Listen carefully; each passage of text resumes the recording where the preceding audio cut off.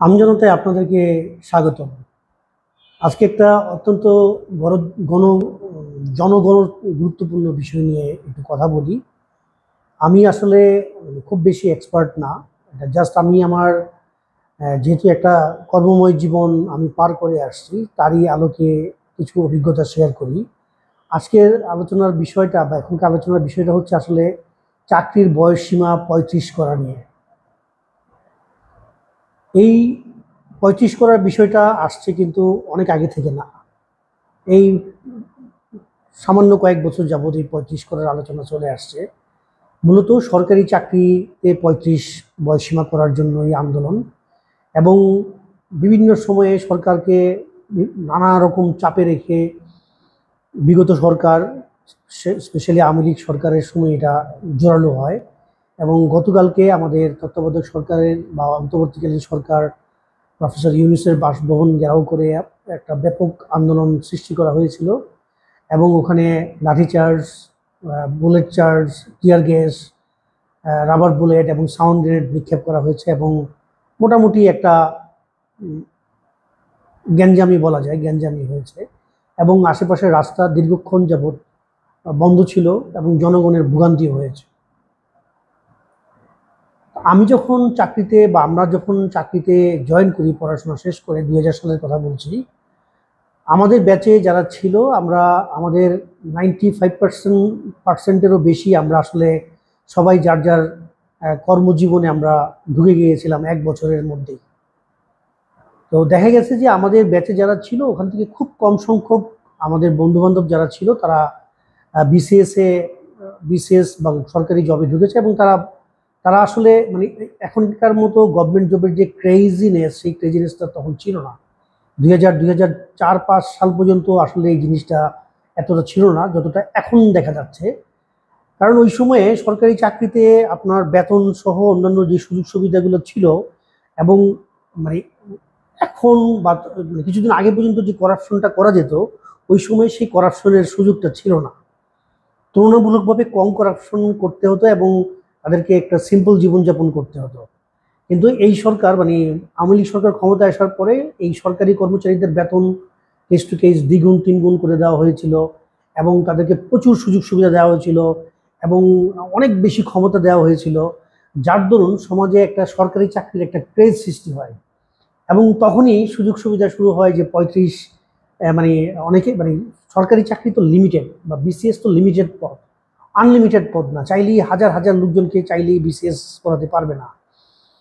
আর ৩৫ করার কথা আসছে তখনই যে এই যে অফুরন্ত টাকা বা করাপশন বা অফুরন্ত ক্ষমতার যে অপব্যবহার, এগুলোর লোভ লালসার উপর কেন্দ্র করেই আসলে এই সরকারি চাকরির প্রতি মানুষের লোভ লালসা বেড়ে যায়।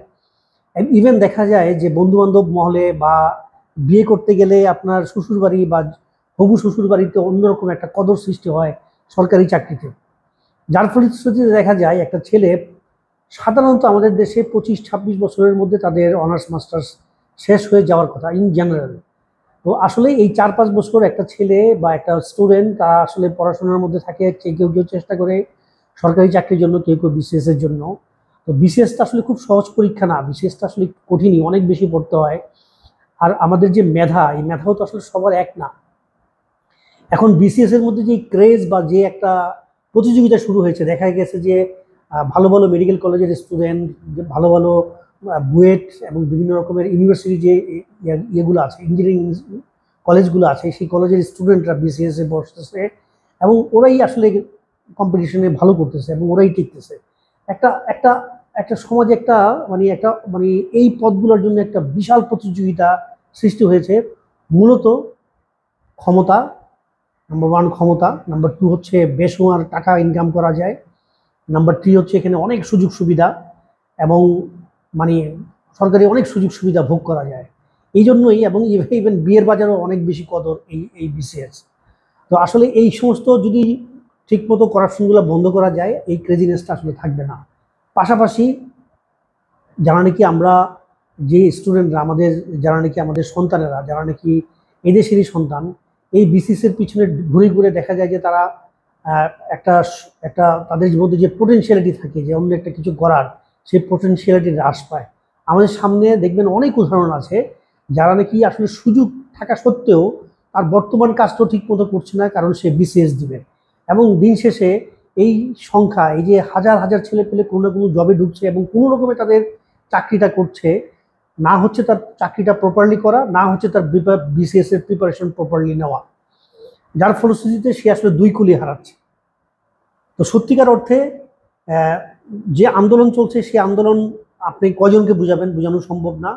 আমার মনে হয় যেটা, মানে এটা টোটালি আমার ওপিনিয়ন, এটা এটা সরকারি ওপিনিয়ন না, আপনারাও চিন্তা করবেন। আমার ওপিনিয়ন হচ্ছে হোক না চাকরির ক্ষেত্রে, যদি ছোট থাকে থাকুক, অসুবিধা নেই, এটা ওপেন করে দেওয়া হোক, 35 না 50 বছর করে দেওয়া হোক, যার যোগ্যতা আছে সে ঢুকবে, এক্সপিরিয়েন্স দিয়ে ঢুকবে, প্রাইভেট জবের এক্সপিরিয়েন্স ঢুকবে, অসুবিধা তো নাই। সে যদি এন্ট্রি লেভেলে জব করতে চায় 25 বছর বয়সে, 40 বছর বয়সে, করুক না, আমার আপনার সুবিধা কি?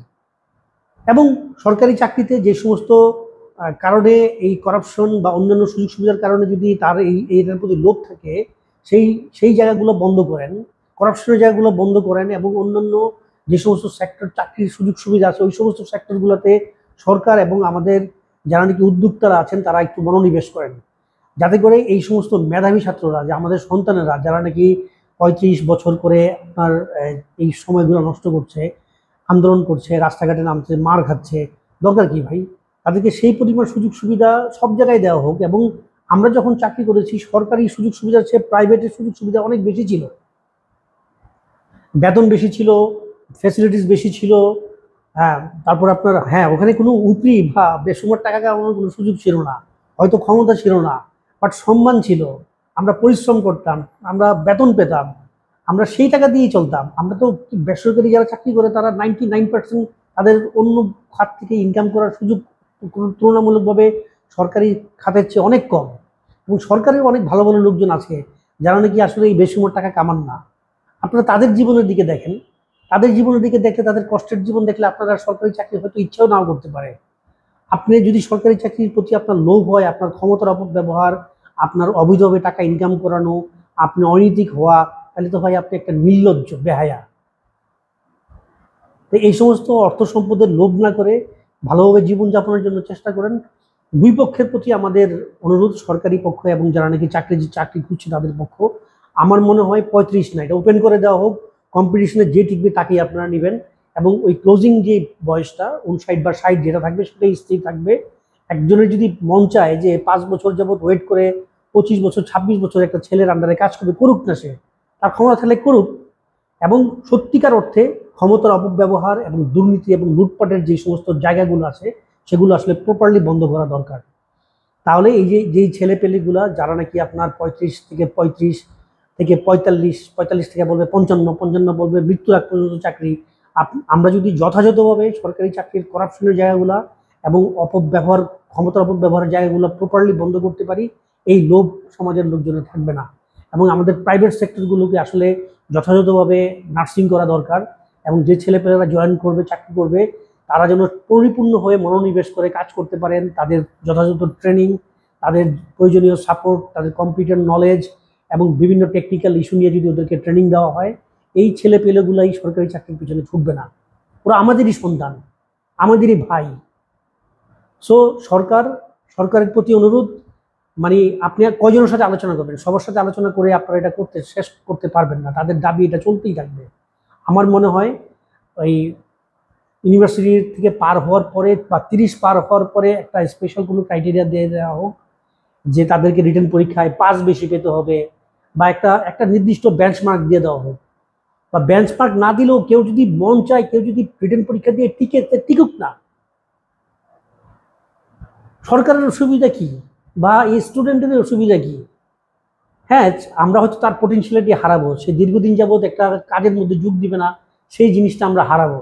বাট যখন নাকি অন্যান্য দরজাগুলো নাকি আসলে বন্ধ হয়ে যাবে, দুর্নীতি, করাপশন, অপব্যবহার, ক্ষমতার অপব্যবহার, তখন দেখবেন যে এই প্রবণতা আস্তে আস্তে কমে গেছে। আপনি চাইলেই এখন আইন করে এই রাস্তার এই ছেলে মেয়েগুলাকে আমরা আটকাতে পারবো না। একটু সদয় হই আমরা সবাই, আমরা জিনিসটা ওপেন করি। আমাদের সময়ে, মানে 2000 সাল আগে পরে যে সময়টা, এই সময়টা সরকারি চাকরি এতটা লোভনীয় ছিল না। লোভনীয় করা হয়েছে এই বিগত সরকারের আমলে। এই সরকারকে, সরকারি কর্মচারীদের সুযোগ সুবিধা দিয়ে ক্ষমতায় দীর্ঘদিন থাকার যে রাস্তা, সেই রাস্তাটা বড় করার জন্য। তো আমাদের দেশে যদি গণতান্ত্রিক সরকার থাকে, এই সরকারি কর্মচারীদের কিন্তু কাউকে তোয়াজ করতে হবে না। সরকার সরকারের গতিতে চলবে, কর্মচারীরা কর্মচারীর গতিতে চলবে। তাদের নীতিমালা আছে, তাদের রুলস রেগুলেশন আছে, তাদের জব ডেসক্রিপশন আছে, তাদের জেডি, মানে এই অনুযায়ী যদি চলে, করাপশনও হবে না, এই ছেলেপেলেগুলো রাস্তার মধ্যে নামবে না। দেখবেন ধীরে ধীরে এই প্রবণতাটা তাদের কমে যাবে। তো আমার কথা হচ্ছে যে আসলে এটা বন্ধ চাইলেই সরকার আইন করে বন্ধ করতে পারবে না। এখন একটা আন্দোলনের মধ্যে আছে, ছেলেরা দীর্ঘদিন যাবত এই আন্দোলনটা করেছে, তাদেরকে থামাতে হলে এটা আমার মনে হয় ওপেন করে দেন। বাট ওপেন করার আগে যেই কারণে এত লোভ লালসা, সেই সেই সেই জায়গাগুলো একটু বন্ধ করেন। পাশাপাশি প্রাইভেট সেক্টর এবং অন্যান্য সেক্টর যেখানে কাজের সুবিধা, এই সমস্ত সেক্টরগুলোর দিকে মনোনিবেশ করেন, যাতে ছেলেপেলেরা সরকারি চাকরির চেয়ে এই চাকরির দিকে বেশি ঝুঁকে। কারণ সরকার চাইলেই সবাইকে অ্যাকোমোডেট করতে পারবে না। এটা হচ্ছে আমার ওপিনিয়ন। আমার মতামতের সাথে আপনার মতামত নাও মিলতে পারে, বাট এটাই আমার মতামত, এটাই আমার আলোচনার মূল বিষয়। ধন্যবাদ, ভালো থাকবেন।